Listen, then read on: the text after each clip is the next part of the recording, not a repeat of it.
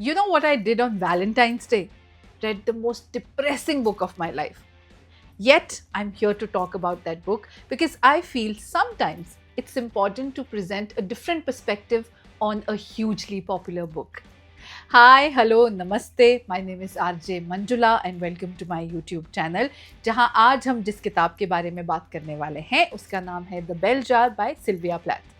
Now इस किताब के बारे में ना मेरे बिल्कुल वैसे ही विचार हैं जो हमारे एक और ऑथर जिन्होंने नॉर्वेजियन वुड लिखी थी, हारुकी मुराकामी। उनकी नॉर्वेजियन वुड के बारे में भी मेरे सेम विचार थे कि दोनों किताबों में ना एंड में आपको होप नहीं ऑफर की जाती, and I think that's the reason it becomes the most depressing book.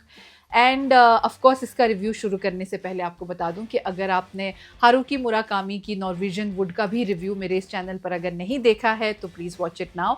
इसका लिंक आपको नीचे डिस्क्रिप्शन बॉक्स में मिल जाएगा और ऊपर आई बटन पर भी। So, first of all, the bell jar, the name. So, this is the story about a character called Esther Greenwood. Now, this character, she's a student, a brilliant student, and she always gets A in all her exams. And she works in a fashion house in New York. But due to back to back tragic incidents in her life, she slips into depression. अब इसके बहुत सारे कारण हैं। सबसे पहला उनके पिताजी की अर्ली डेथ, उसके अलावा उनकी माँ जो हैं, क्योंकि उनके पिताजी की डेथ के बाद उनका फोकस घर चलाने पे था, पैसे कमाने पे था, तो वो उतना इमोशनल टाइम और प्यार अपनी बेटी को नहीं दे पाई।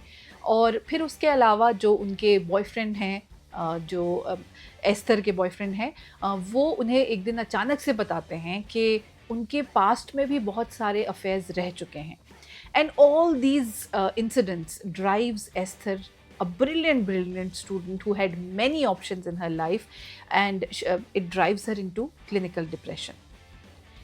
And she always feels wherever she goes that as if she's stuck in a bell jar, like, you know, she's sitting inside a bell jar that separates her from the whole world. She feels caged, and that's the reason the name of the book is The Bell Jar. इस clinical depression के दौरान ना Esther अपने आप को मारने की हर possible कोशिश करती हैं, लेकिन नाकामयाब हो जाती हैं। Finally, after her mother's support and a lot of struggle, she gets in touch with a very good psychiatrist, and she gets into her mental asylum, where after a lot of observation, a lot of tests, one fine day she's actually told that she's getting better and she might be able to leave the asylum and lead a normal life.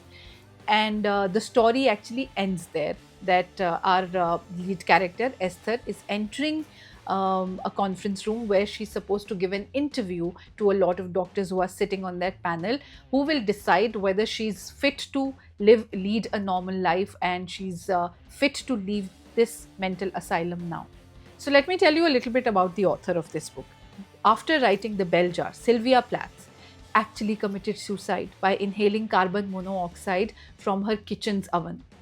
And this she did after sealing the door of the kitchen so that her two kids, 1 year old and 2 year old, a son and a daughter, they are not harmed by it. And she had sealed the door, and after that she inhaled carbon monoxide, committed suicide. And she before that she had actually made her kids bread and milk. And when she was writing this story, apparently she was also in depression. And the reason of that depression जो बताया जाता है वो ये बताया जाता है कि उनके जो हस्बैंड थे ना सिल्विया प्लैथ के, उनका अफेयर किसी और के साथ हुआ था, और ये बात सिल्विया बर्दाश्त नहीं कर पा रही थी। एंड देन सिल्विया के सुसाइड करने के कुछ साल बाद जो कैरेक्टर है ना जिनके साथ उनके हस्बैंड पोइट जो थे उनको प्यार हुआ था, उनका नाम था एसिया, और उनका भी जो मिडिल नेम था ना उसमें एथनर आता है। Now can you see the connection कि एथनर जो इनका लीड कैरेक्टर भी है इस बुक में, एसिया एथनर also, you the shocking thing is that after Sylvia Plath, Asia also committed suicide by the same method. She also went to the kitchen, inhaled carbon monoxide from her, kitchen oven, and not only that she died, she committed suicide. उन्होंने अपनी 4 साल की बेटी की भी जान अपने साथ ले ली। ऑफ कोर्स बहुत लोगों ने सिल्विया प्लैथ के हस्बैंड एडवर्ड के बारे में बहुत बातें कही उस वक्त, because after Sylvia's Plath's death because her books and her poetry was so popular. She had written so many other poems and other documentaries, and he took complete control of everything that Sylvia owned, Sylvia Plath, though they had already been divorced before that. And then he made sure that her work was published after a lot of pressure from people around. He published her work, but it was very selected work. Kind of certain poems he had destroyed, which were maybe written about abuse, physical abuse, and also about cheating and extramarital affairs. And then, of course, they say that he also destroyed a lot of work, lot of Sylvia Plath's work. So, in the beginning of this review, I shared with you that I did not like the book because I found the book too depressing. But still, I'm going to recommend this book to you guys because this can be very useful for people dealing with depression. Now, the reason I'm saying this because the book actually describes depression in very simple words. मतलब वो कहते हैं ना कि लोगों को लगता है कि डिप्रेशन जो है एक ऐसी तरह की बीमारी है जिसके बहुत सिम्टम्स होते होंगे, पता चलता होगा कैसे होता है, क्या होता है, लोग अटैक्स आते होंगे, लोग पागलों जैसी हरकतें करते होंगे. Absolutely not.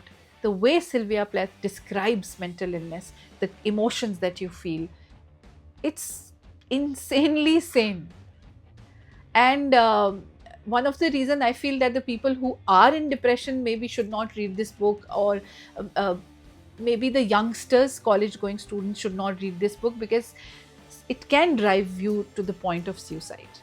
But of course, people who are around such people should read this book because it will exactly tell you how this person is feeling. Because बहुत बार जो डिप्रेशन में होते हैं उनको ये शिकायत हमेशा रहती है दूसरों से कि कोई समझ नहीं पाता, और बहुत ज़्यादा हम उनको लेक्चर देने लगते हैं कि अरे खुश रहा कर यार, ऐसा कर, ये कर. तो उनको जो शिकायत रहती है ना, तो वो इस बुक में सिल्विया प्लैथ बहुत अच्छे से एड्रेस करती हैं बिकॉज आपको एग्जैक्टली समझ में आता है कि it's not that they are abnormal, they are feeling those normal things, and for them to think of committing suicide by different methods is absolutely normal. So I'm going to read my favorite part from this book, which is actually a poet's view on chemistry. एक जो poet होता है ना, वो practical life को या chemistry को कैसे देखता है. So it says, I knew chemistry would be worse because I had seen a big chart of the 90 odd elements hung up in the chemistry lab, and all the perfectly good words like gold and silver and cobalt and aluminium were shortened to ugly abbreviations with different decimal numbers after them. So I honestly don't know what to say about the book. For me, it was depressing. I don't think so I would recommend this to everyone, but I would say read it at your own risk. And if you like this review, then please make sure you share it with all the book lovers you know. And मैं आपसे बहुत जल्द मिलूंगी एक नए video के साथ. तब तक के लिए please keep reading and please keep smiling.